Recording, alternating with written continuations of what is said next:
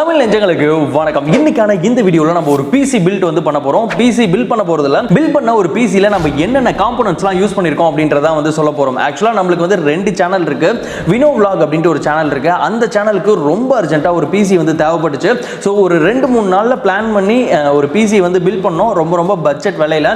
So அதுல என்னென்ன காம்போனன்ட்ஸ்லாம் use பண்ணிருக்கோம் அப்படின்றத தான் இந்த வீடியோல வந்து பார்க்க போறோம். ஸோ நீங்க ஒரு பட்ஜெட் ரேட்ல பிசி வந்து பில்ட் பண்ணலாம்ன்ற ஐடியாவில் இருக்கீங்க அப்படின்னா மேபி இந்த வீடியோ உங்களுக்கு யூஸ்ஃபுல்லா இருக்கும். ஸ்கிப் பண்ணாம ஃபுல்லா பாருங்க. ஸோ வீடியோ ஸ்டார்ட் பண்ணுறதுக்கு முன்னாடி நான் ஒரு விஷயம் வந்து சொல்லிடுறேன். நான் வந்து பிசி பில்டில் வந்து ரொம்ப எக்ஸ்போர்ட் அப்படின்லாம் கிடையாது. ஏதோ எனக்கு இருக்க நாலேஜை வச்சு ஒரு சில காம்போனன்ட்ஸ்லாம் வந்து செலக்ட் பண்ணி ஒரு பிசி வந்து பில்ட் பண்ணியிருக்கோம். A2D ஆர்மிலாம் இருந்தீங்க அப்படின்னா தயவு செஞ்சு கோச்சிக்காதீங்க. ஸோ ஃபர்ஸ்ட் ஆஃப் ஆல் இந்த ஒரு பிசி எதுக்காக அப்படின்னு பார்த்தீங்கன்னா நம்ம வந்து வீடியோ எடிட் பண்ணுறதுக்காக தான் மெயின் ஃபோக்கஸாக வச்சு வந்து பில்ட் பண்ணோம். அண்ட் அந்த வீடியோ எடிட்டிங் பார்த்தீங்க அப்படின்னா ரொம்ப வந்து டிஐலாம் பண்ணி அதில் நிறைய மோஷன்லாம் கொடுத்து பண்ணுவோமா அப்படின்னு கேட்டால் கிடையாது. ஓரளவுக்கு ஆவரேஜான ஃபிலிமோரால் எடிட்டிங் பண்ணுறதுக்கான ஒரு பிசியாக தான் இதை வந்து பில்ட் பண்ணோம்.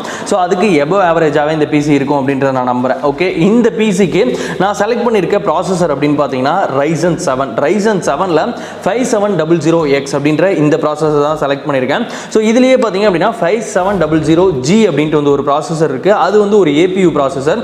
அதில் வந்து பார்த்தீங்கன்னா இன்பில்டாகவே உங்களுக்கு கிராஃபிக்ஸ் கார்டு வந்து வந்துடும். ஸோ நீங்கள் வந்து டெடிகேட்டடாக ஒரு கிராஃபிக்ஸ் கார்டு போடணும் அப்படின்ற அவசியம் வந்து கிடையாது. பட் ஆனால் இதுக்கு நீங்கள் வந்து கிராஃபிக்ஸ் கார்டு வந்து போடுற மாதிரி இருக்கும். அண்ட் இந்த 5700X இது வந்து பார்த்தீங்க அப்படின்னா ஒரு 8 கோர் 16 த்ரெட் கொண்ட ஒரு ப்ராசஸர். இதில் வந்து முக்கியமான விஷயம் என்ன அப்படின்னா இதுக்கு வந்து ஸ்டாக் கூலிங் ஃபேன் வந்து தரமாட்டாங்க. நாம தான் தனியாக வந்து வாங்கி மாட்டிக்கிற மாதிரி இருக்கும். ஸோ ப்ராசஸர் அப்படின்னு பார்த்தீங்கன்னா Ryzen 7ல 5700X அப்படின்ற ஒரு ப்ராசஸர் தான் போயிருந்தோம். நல்ல ப்ராசஸர், பெஞ்ச் மார்க்லாம் செக் பண்ணி தான் வந்து வாங்கினேன். அடுத்து இதை சப்போர்ட் பண்ணுற மாதிரியான மதர் போர்டு ஆஷூஸ் மதர் போர்டு தான் நம்ம வந்து சூஸ் பண்ணியிருந்தோம். அதில் வந்து பார்த்தீங்கன்னா Prime B550MA அப்படின்ற ஒரு மதர் போர்டு தான் வந்து சூஸ் பண்ணியிருந்தோம். இதில் வந்து பார்த்தீங்கன்னா இன்பில்டா வைஃபை வந்து வந்துடும். அண்ட் ஃபியூச்சரில் நம்ம வந்து அப்கிரேட் பண்ணுறது அப்படின்னாலும் வந்து ஓரளவுக்கு சூட்டபிளான மதர் போர்டாக இது வந்து இருக்கும். இதில் பார்த்தீங்க அப்படின்னா அவுரா சிங்க் வந்து கொடுத்துருக்காங்க. நம்ம அந்த RGB லைட்லாம் வருது இல்லையா, அதை வந்து அப்படியே சிங்க்ரனைஸ் பண்ணிக்கிறதுக்கு சாஃப்ட்வேர் மூலியமாகவே நம்ம வந்து அந்த சிங்க்ரனைஸ்லாம் பண்ணி அதை மாற்றிக்கிறது அந்த வேலைலாம் வந்து பண்ணிக்க முடியும்.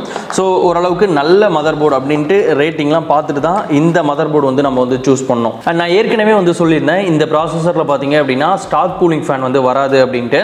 ஸோ நான் வந்து ANTல வந்து ஒரு 800 rupeesல வந்து ஒரு கூலிங் ஃபேன் இருந்தது. அது வந்து பார்க்குறதுக்கு RGB அப்படின்னு நினைக்கிறேன், RGB தான்.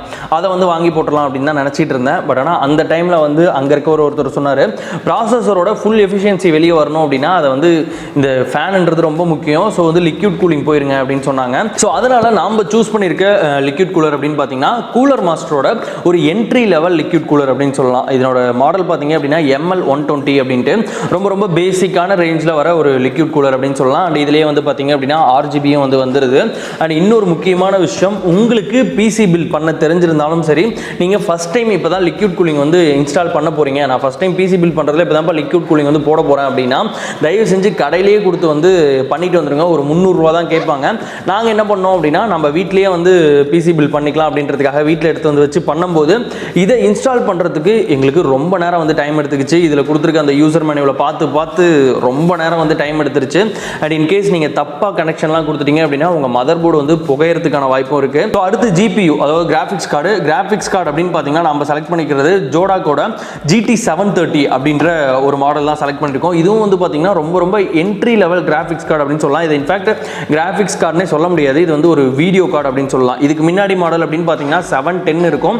அதில் வந்து 2GB, இது வந்து பார்த்தீங்கன்னா 4GB, ஜஸ்ட் வந்து வீடியோ அவுட்புட்டுக்காக மட்டும் அண்ட் ஓரளவுக்கு எடிட்டிங்க்கு சப்போர்ட் பண்ணும் அப்படின்றதுக்காக தான் வாங்கினோம். அடுத்து இதுக்கு நம்ம யூஸ் பண்ணியிருக்க ரேம் அப்படின்னு பார்த்தீங்கன்னா நம்ம வந்து இந்த டைம் சிங்கிள் சேனல் தான் யூஸ் பண்ணியிருக்கோம். பட்ஜெட் கொஞ்சம் கம்மியாக இருந்ததுனால இன்னும் ஒரு வாரத்தில் வாங்கி போட்டுடலாம் அப்படின்றதுனால ஜஸ்ட் ஒரே ஒரு ரேம் தான் 8GBல ஒரு க்ரோசையரோட ஒரே ஒரு ரேம் மட்டும் தான் வந்து இப்போதைக்கு வந்து போட்டிருக்கோம். இன்னும் ஒரு வாரத்தில் அதை வந்து அப்டேட் பண்ணிடுவோம்.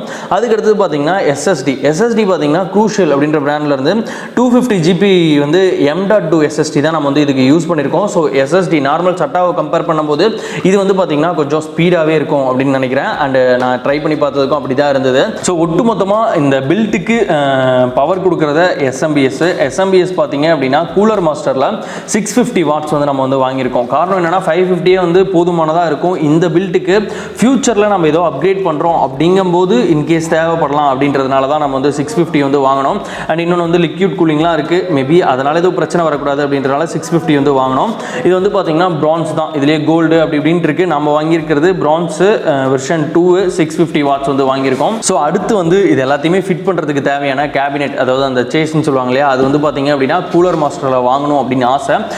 இது எல்லாமே போட்டதுனால பட்ஜெட் இஷ்யூ அப்படின்றதுனால நம்ம வந்து ஏஎன்டி அப்படின்ட்டு ஒரு பிராண்ட் இருக்குது, இந்த ஏஎன்டி ஸ்போர்ட்ஸ் அப்படின்ட்டு இருக்கும் இல்லையா, அந்த பிராண்டில் வந்து ஒரு 2500 ரூபாய்க்கு ரொம்ப ரொம்ப மினிமலான ஒரு சேஸ் தான் வந்து சூஸ் பண்ணோம்.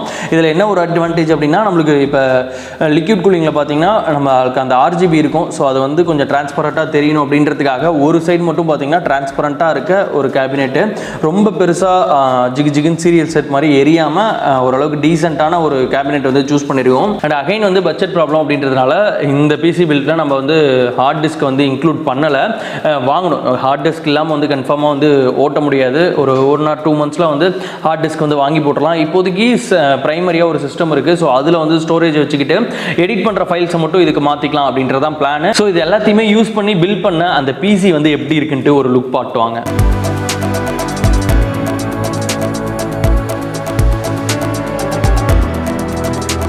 ஸோ ஓவராலாக இதனோட பெர்ஃபார்மன்ஸ் வந்து எப்படி இருக்குது அப்படின்னு என்னை கேட்டிங்க அப்படின்னா, இதுக்கு முன்னாடி நான் வந்து Ryzen 5 வந்து யூஸ் பண்ணிக்கிட்டு இருந்தேன். அப்படி Ryzen 5 யூஸ் பண்ணும்போது எடிட்டிங்லாம் பண்ணும்போது பார்த்தீங்கன்னா அந்த டைம் லைனில் லைட்டாக அந்த லேக் வந்து தெரியும்.